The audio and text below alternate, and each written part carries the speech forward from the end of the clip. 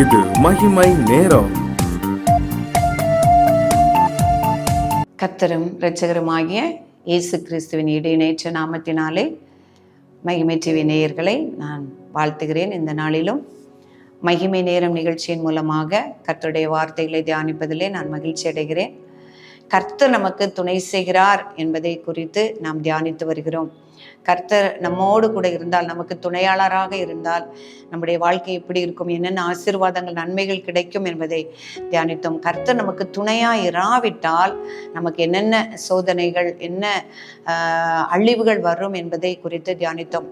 யாருக்கெல்லாம் கர்த்தர் துணை செய்கிறார், அவர் நமக்கு துணையாக இருக்க வேண்டும் என்றால் நமக்கு பிரியமாய் நடந்து கொள்ள வேண்டும், பிரியமானதை செய்ய வேண்டும், அவருடைய சித்தத்தை செய்ய வேண்டும், அவரை தேட வேண்டும், அவரை சார்ந்து இருக்க வேண்டும், உத்தமமாய் நடக்க வேண்டும் என்பதெல்லாம் குறித்து நாம் தியானித்தோம். இந்த நாளிலும் அவரை நம்புகிறவர்களுக்கு கர்த்தர் துணை செய்கிறார், கர்த்தர் மேல் நம்பிக்கையாய் இருக்கிறவர்களுக்கு அவர் துணை செய்கிறார் என்பதை குறித்து நாம் தியானிக்க இருக்கிறோம்.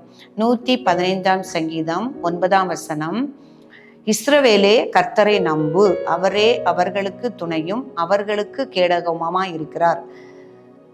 இஸ்ரவேலே கர்த்தரை நம்பு, அவரே அவர்களுக்கு துணையும். அதே தேவன் தான்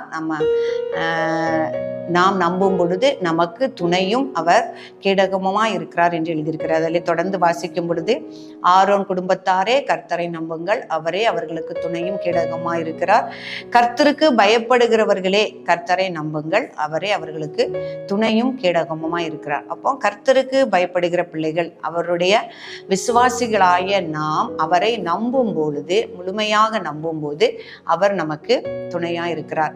நம்பிக்கை என்று சொல்லும் பொழுது முழுவதுமாக கர்த்தரே தேவன் என்று நான் நம்ப வேண்டும்.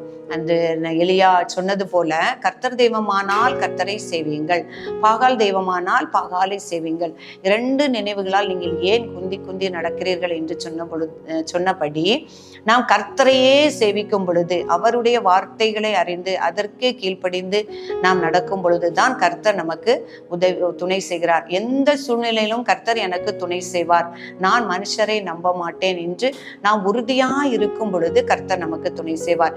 வேதத்திலே அப்படி கர்த்தரையே சார்ந்து கொண்டு, கர்த்தரையே நம்பி, கர்த்தருடைய வல்லமையை நம்பி, அந்நிய தேவர்களை நம்பாதபடி, மனுஷர்களுக்கு பயப்படாதபடி நடந்த அந்த மனுஷரை குறித்து நாம் இன்று இந்த தியானிக்க இருக்கிறோம். கர்த்தருக்கு பயப்படுகிறவர்களே கர்த்தரை நம்புங்கள், அவரே நமக்கு துணையும் நமக்கு கேடகமுமா இருக்கிறார். இந்த வார்த்தையின்படி நம் தானியேல் 3 அதிகாரம் 17 நாம் பார்க்கிறோம். 3 அதிகாரத்திலே நாம் பார்க்கக்கூடிய சம்பவம் என்னவென்றால், அந்த தானியேலோடு கூட இருந்த அவர்களுடைய சிநேகிதர்களான ஷாத்ராக், மேஷாக், ஆபேத் நேகோ என்பவர்கள் அந்த நேபுகாத்நேச்சார் என்பவருடைய நாட்களிலே அவர் உண்டாக்கின பொற்சிலையை வணங்கும்படியாக அவர்கள் அறிவிக்கப்படுகிறார்கள், சட்டம் ஏற்றப்படுகிறது. ஆனால் அவர்கள் என்ன செய்கிறார்கள், அந்த பொற்சிலையை வணங்க மறுக்கிறார்கள். அப்பொழுது நேபுகாத்நேச்சார் என்று சொல்கிறார், அந்த பொற்சிலையை வணங்காதவர்களை அக்கினி சூளையிலே நாங்கள் போடுவோம் என்று சொல்லியிருக்கிறார். அப்போ அந்த 3 மனுஷர்களும் ராஜா தன்னை பயமுறுத்தின பொழுதும் சொல்றாங்க, நாங்கள் எங்களை நீங்க ராஜாவுக்கு பயந்தோம், நாங்க இந்த அக்கினி சூளைக்கு பயந்தோம், நாங்க எங்க ஆண்டவரை என்ன செய்ய மாட்டோம், மறுதளிக்க மாட்டோம். 3 அதிகாரம் 17 நாங்கள் ஆராதிக்கிற தேவன் எங்களை தப்புவிக்க வல்லவராய் இருக்கிறார், அவர் எரிகிற அக்கினி சூளைக்கும் ராஜாவாகிய உம்முடைய கைக்கும் நீங்களாக்கி விடுவிப்பார் என்று சொல்கிறார்கள். பிரியமானவர்களே, நாங்க அவரையே நம்பி இருக்கோம், அவர் எங்களை கண்டிப்பா விடுவிப்பாரு. நீ எந்த ராஜா வந்தாலும், எந்த அக்கினி சூளை வந்தாலும், நாங்கள் ஆராதிக்கிற தேவன் எங்களை விடுவிக்க வல்லவராய் இருக்கிறார், அவர் வல்லமை உள்ள தேவன்.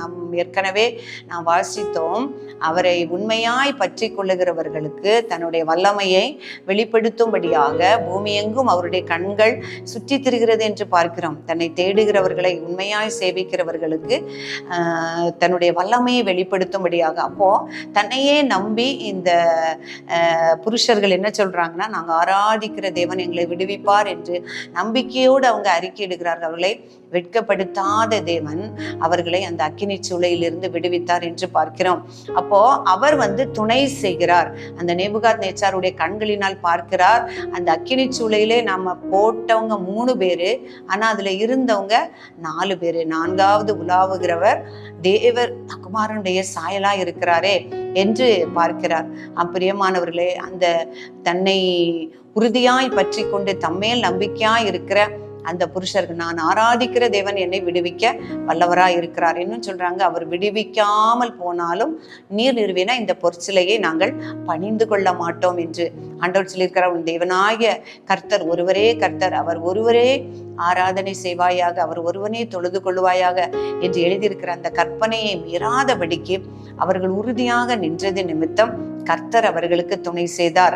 அந்த வல்லமையை அவர்களுக்கு காண்பிக்க செய்த நிமித்தம் அந்த நேபுகாத் நேச்சார் என்ன செய்யறார்னா, அந்நிய தேவர்களை சேவிக்கிற ஒரு மனுஷனா இருந்த பொழுதும் இந்த சாத்ராக் மேஷாக் ஆபேத்நேகோ சேவிக்கிற தெய்வங்களே உண்மையான தேவர்கள் என்று அவன் அந்த தேசம் எங்கும் பறைசாற்றும்படியான கிருபையை அவர் கொடுத்தாரு. ஏன்னா தன்னுடைய தேவனை தவிர பிற தேவனை அவர்கள் பணியாமல் அவர்களே நம்பி அந்த ராஜாவினுடைய கட்டளைக்கு கீழ்ப்படியாம போனாலும் பரவாயில்ல, ஆனா தேவனுடைய கற்பனைக்கு நாங்கள் கீழ்ப்படியணும்னு சொல்லி அவர்களே நம்பி இருந்தபடியால் அவர்களுடைய தேவனே மெய்யான தேவன், அவர்களை ரட்சித்தார் என்று அந்த அந்நிய தேசத்தினுடைய அந்த அந்நிய ராஜா தேவனை குறித்து கர்த்தரை குறித்து சாட்சி சொல்லுவதை நாம் பார்க்கிறோம். அதே போல தானியேலை குறித்து நாம் பார்க்கும் பொழுது அந்த தானியேல் அவனை ஜெபிக்க கூடாதபடிக்கு ஒரு கட்டளை போட்டிருந்தாங்க. அப்போ தானியேல் என்ன செய்யறாரு, 3 முறையும் எப்பவும் போல ஜெபிக்கிறாரு. அவரை சிங்க கெபியில போடும்படியான கட்டளை பிறந்தது.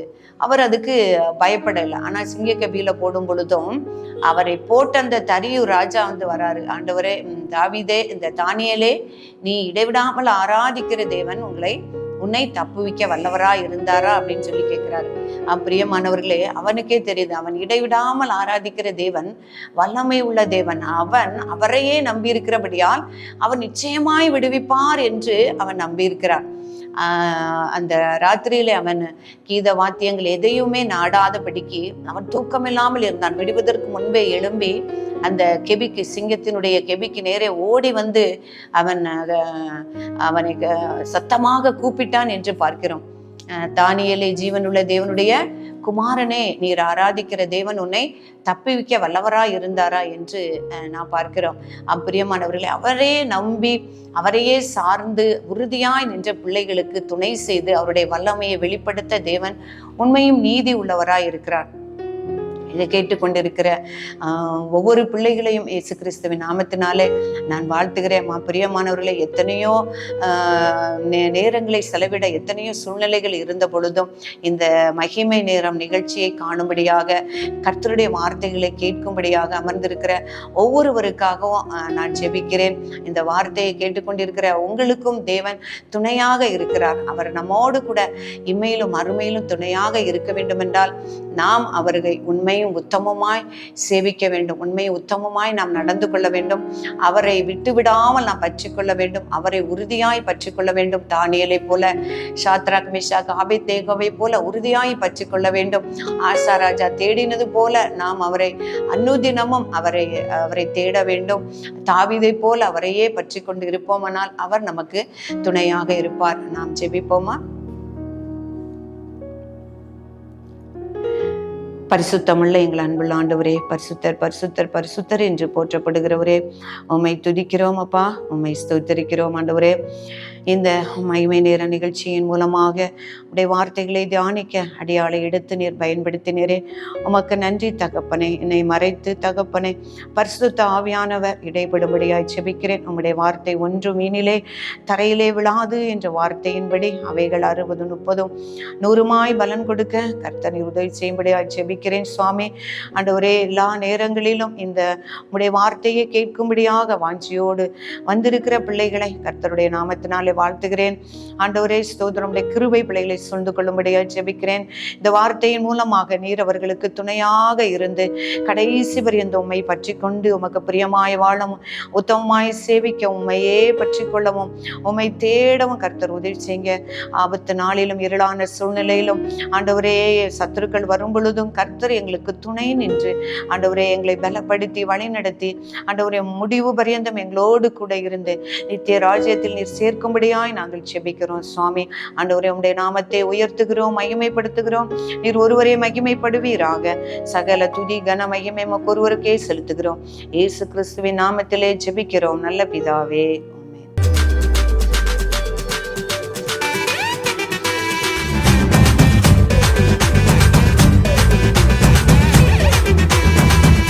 மகிமை மகிமை மகிமை மகிமை மகிமை